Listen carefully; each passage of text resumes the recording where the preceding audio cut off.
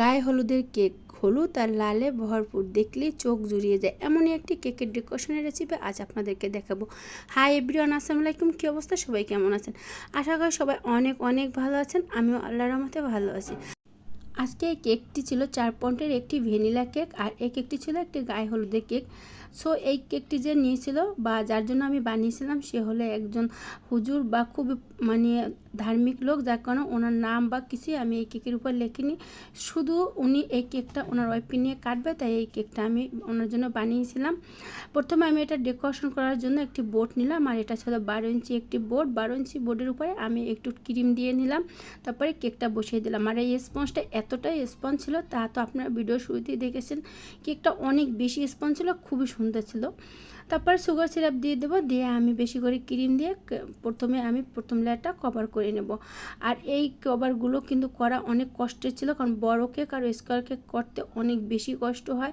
আর প্রচণ্ড গরম ছিল, প্রচণ্ড গরমে আমার ক্রিম গলে গলে পড়ে যাচ্ছিল।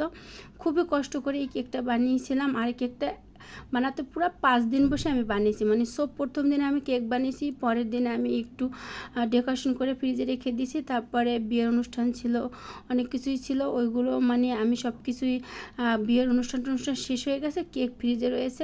বউ নিয়ে আসার পরে এই কেকটা ওরা কাটছিল। তারপরে আবার আপনার 3-4 দিন পর ডেকোরেশন করছি।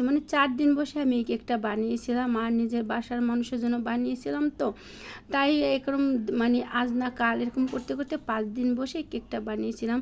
কিন্তু একটা জিনিস আমার অভিজ্ঞতা হয়েছে, বেশি দিন 3 থেকে 4 দিন ফ্রিজে রেখে কেক খায় কেটে খেলে অনেক বেশি টেস্টি এবং ইয়ামি হয়। এটা আমি নিজে এই কেকটা বানিয়ে বুঝতে পারছি। এই কেকটা 4-5 দিন পর আমরা কাটছিলাম, কিন্তু অনেক বেশি ইয়ামি এবং টেস্টি হয়েছিল, আর খুবই মজাদার ছিল এই কেকটা। আমি প্রত্যেকটা লেয়ার একই প্রসেসে করে নিলাম, আর ভিতরে চকলেট চিপস আর ক্রিম দিয়ে নিলাম। তারপরে ফ্রিজে রেখে দিয়েছিলাম প্রায় 3 দিন পর আমি ডেকোরেশন করতেছিলাম। কেকটা বানাতে গিয়ে আমার অনেক ইতিহাস আর হিস্টোরি আসলো। আর কেকটা বানাতে যখন গিয়েছিলাম, এত গরম ছিল, আমি ক্রিম দিয়ে কাজ করতে পারছিলাম না। আপনারা তো জানেন, বিগত 1 সপ্তাহ প্রচণ্ড গরম পড়তেছিল। আর গরমে ক্রিম দিয়ে কাজ করা অনেক কষ্টের ব্যাপার, আর খুবই কঠিন ছিল। এবারে আমি একটা স্টার নজেল দিয়ে পুরো একই ডিজাইন দিয়ে আমি কেকটা কভার করে নেব ক্রাম পুটিন করে। আমি আর কোনো ক্রিম দিয়ে কিন্তু আইসিং বা ফিনিশিংয়ের কাজ করিনি, শুধু একটা স্টার নজেলের ভিতরে ক্রিম ভরে ইয়েলো কালারে আমি সব জায়গায় এরকম করে একটা ডিজাইন করে নিয়ে আপনার ফিনিশিংয়ের কাজটাও ঠিক আমি এই নজেল দিয়ে করেছি। আপনাদের কাছে এই ডেকোরেশনটা বা এই ডিজাইনটা কেমন লাগলো অবশ্যই কমেন্ট করে জানাবেন। তারপরে আমি একটি লাভ এঁকে নিজের হাতে একটা কাঠি দিয়ে এঁকেছিলাম। তারপরে এখন ছোট্ট একটি স্টার নজেল দিয়ে আমি লাভটা করে নিলাম। আর একদম নিজের মতন আইডিয়া করে কেকটা বানিয়েছিলাম। তার ভিতরে তো বিয়ের অনুষ্ঠান চলতেছিল, প্রচুর লোকজন ছিল বাসাতে। তার ভিতরে খুব সুন্দর করে কেকটা যে বানাতে পেরেছিলাম, এটা অনেক কিছু। আর বেশি মানুষ দেখলে আমি কাজ করতে পারি না, শুধু সবার সাথে গল্প করতে ইচ্ছা করে। আর কাজ করতে করতে তো একদম নিজের অবস্থা 12টা বেজে যায়।